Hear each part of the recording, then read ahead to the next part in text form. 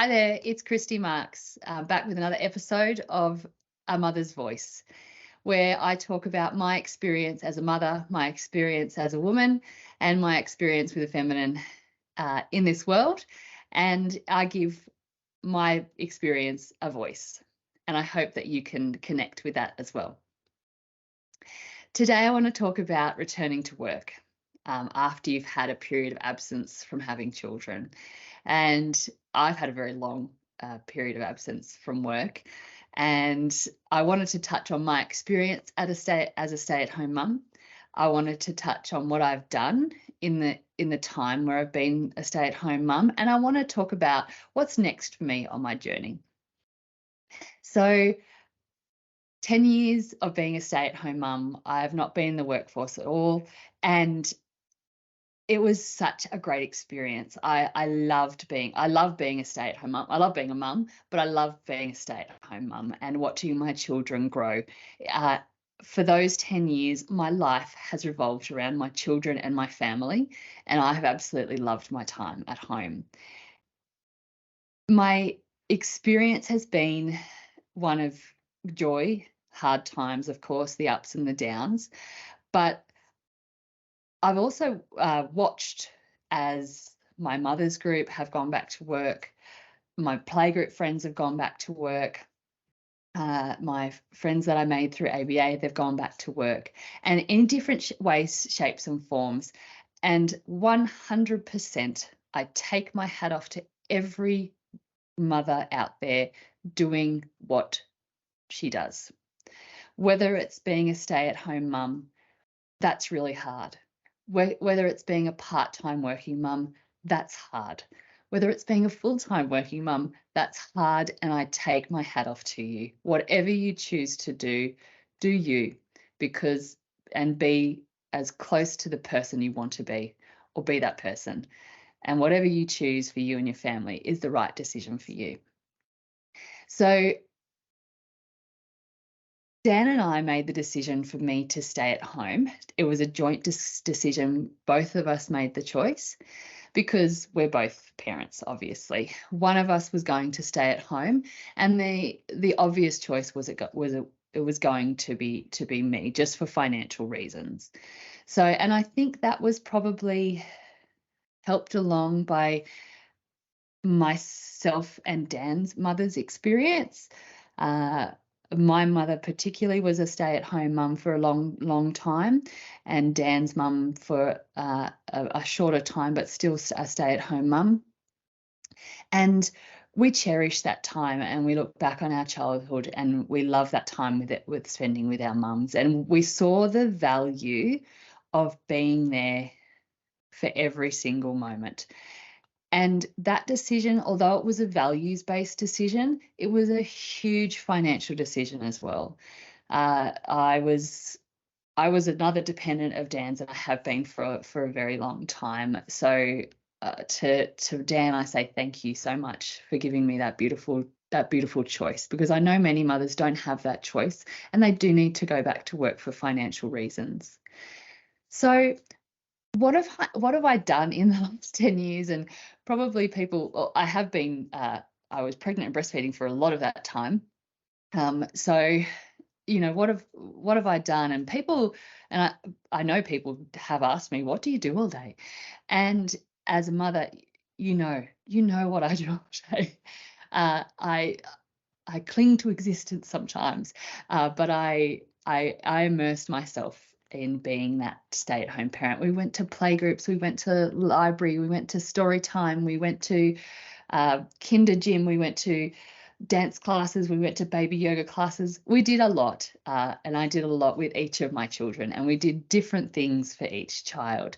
So I also spent a lot of time with ABA, Australian Breastfeeding Association. I am a breastfeeding counsellor, but fed is best. I don't care how you feed your child.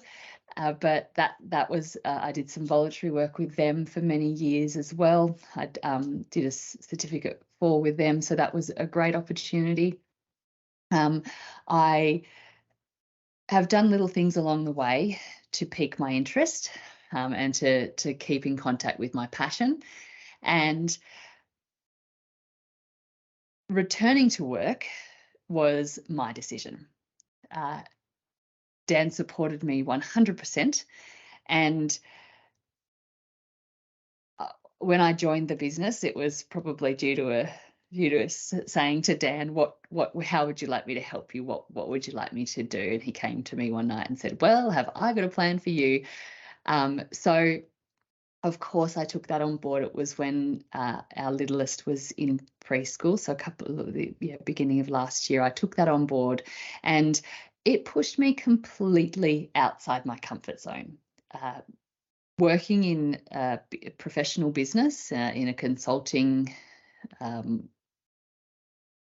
contracting business, that's not what I have trained for. That's not who I've ever been. That professional world, that was very much Dan. So it's really pushed myself outside of my comfort zone. And I think something that really helped me along my journey was I did a course called Women Rising with Megan Della Camina, who is amazing. Check her out on Google. She's on LinkedIn if you want some really amazing women-centered leadership instruction. Or I did a course with her. So it was a 6-month course, and it was many modules, and that landed something in me. It created a spark in me. We spent a lot of time, particularly the first module. We talked about she talked about our vision, our passions in life, and how we can integrate that into our work. And that really spoke to me. I now have a vision board, and of course my family values and are on that vision board, but also my passions. So that gave me space to think about me and to think about what I wanted to do in the future. And I knew, and I know that I probably will not always work in Dan's business, because now I can see what I actually want to do, which is, it's really given me some clarity, which is really lovely. So, and Megan has some amazing content. I can link it in the description for you guys. So my time working in the business for Dan and with Dan has been invaluable. I have learnt so much about myself.